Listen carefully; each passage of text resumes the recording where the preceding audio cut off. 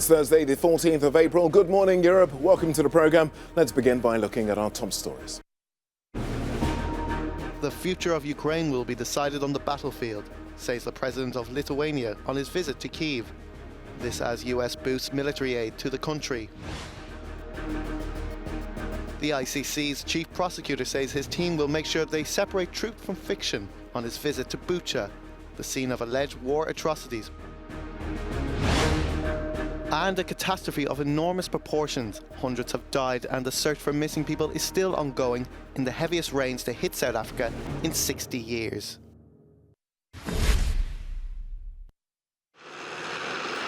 Russian forces are ready for a fresh assault in Ukraine's eastern Donetsk and southern Kherson regions.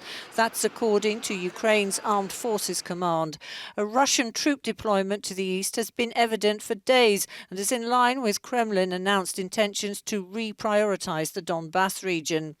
In anticipation of the new Russian offensive, US President Joe Biden has approved an $800 million package of military assistance. It includes additional helicopters and the first provision of American artillery. We committed from the very beginning, even before the invasion, to helping Ukraine be able to defend itself. This is of a piece of that. And this is representative of the kinds of capabilities that the Ukrainians themselves have asked for and said they need as this fighting now gets focused on the eastern part of the country. Following his earlier warning that without additional weaponry, the war will become an endless bloodbath, Ukraine's President Zelenskyy expressed his gratitude. A new package of defense support for Ukraine was discussed, agreed, for $800 million. Weapons, ammunition, other assistance, artillery systems, armoured personnel carriers, propellers. I am truly thankful for this support. We also agreed to tighten sanctions against Russia.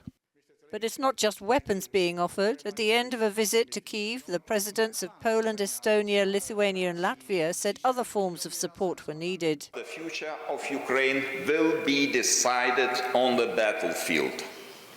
The truth must win. Ukraine must win. In addition to military support, we must provide economic, financial and humanitarian aid. Meanwhile, those in Donetsk are preparing for the Russian onslaught. The timeline for the delivery of the extra weapons remains unclear.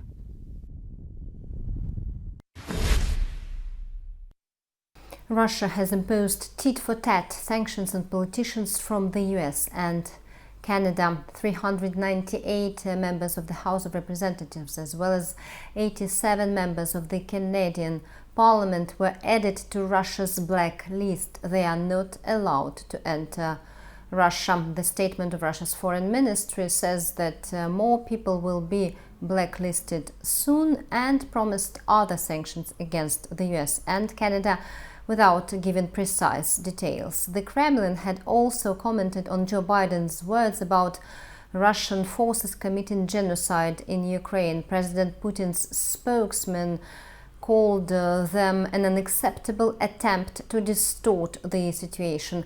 Russia has also warned that it will consider US and NATO vehicles transporting weapons across Ukrainian territory as legitimate military targets. The Deputy Foreign Minister Sergei Ryabkov, in an interview to the state TASS agency, said that any Western attempts to inflict significant damage on Russia's forces would be harshly suppressed. Galina Polonskaya, Euronews from Paris. With Russian troops retreating from Ukraine's capital, Kyiv, international prosecutors are discovering the full extent of bloodshed. Images of many massacred civilians has drawn condemnation and calls for a war crimes investigation. On the ground, authorities are for now labelling it a crime scene under inspection. The International Criminal Court's chief prosecutor Karim Khan visited Bucha for himself, the Kyiv suburb now synonymous with scores of atrocities against civilians. If there are crimes, judges have to decide on whether or not warrants or summonses should be issued, but we need to go step by step. And this is part of that. We have a team also. They're not here because of the cameras. Forensic scientists, forensic anthropologists, analysts, investigators and lawyers, so that we can really make sure we separate truth from fiction and go forward to insist on the right of every individual, every child, every woman and every man to have their lives protected and not wantonly targeted. The Hague-based court investigates and prosecutes war crimes. US President Joe Biden's comments that Putin's actions in Ukraine are that of genocide has not been swallowed well by the Kremlin, who categorically deny Biden's allegations, claiming images of dead civilians are fake.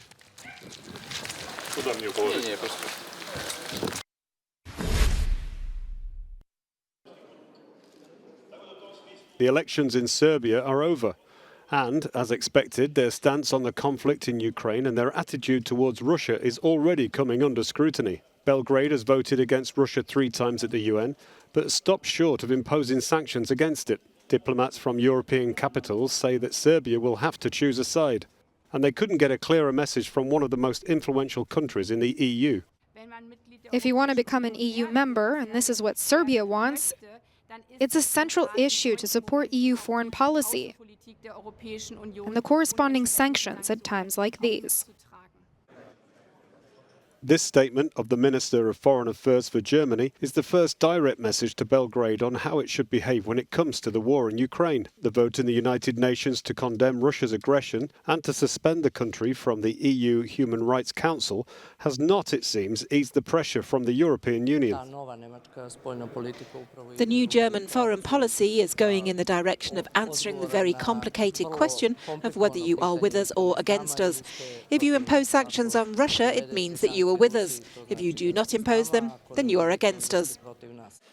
The president of Serbia, Alexander Vučić, recently stated that since the beginning of the war, Serbia has been exposed to enormous pressures and threats of sanctions, withdrawal of investors and stopping European integration.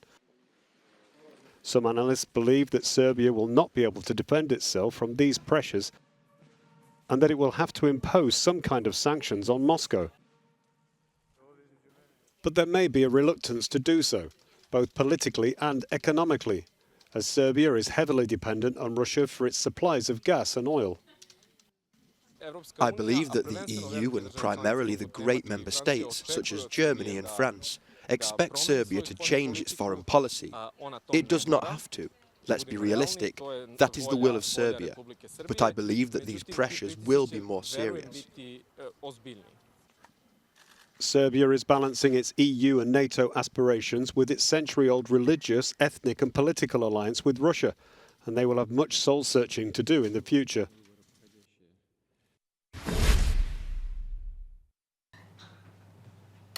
Many Ukrainians fleeing the war find themselves staying in private households in Germany. In addition to a roof over their heads, the host family often helps them with administrative paperwork. But despite this willingness to help, one main problem often arises. The family who I took in doesn't speak English, and it's very difficult for us to communicate. It's not always so easy via the translation app. And that's why I thought I'd at least try to acquire a bit of basic knowledge. Suzanne Hoifer started learning Ukrainian at this adult education center in Cologne. And like Suzanne, many other hosts would like to communicate with their Ukrainian guests in their mother tongue. There is a very big demand. As soon as we published the courses, we immediately received the first applications, and the first courses were booked. In the meantime, we are already actively planning the next courses and will soon be able to offer them in various formats. Compact courses, fast-track courses, online face-to-face courses, so we can meet this demand.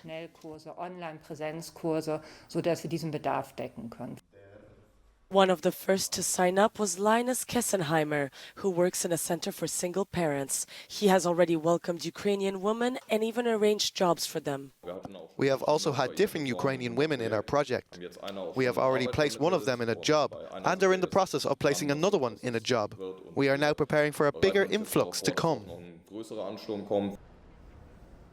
Germany is bracing itself for more Ukrainian refugees as demands for safe and stable humanitarian corridors into Europe have multiplied these past few weeks.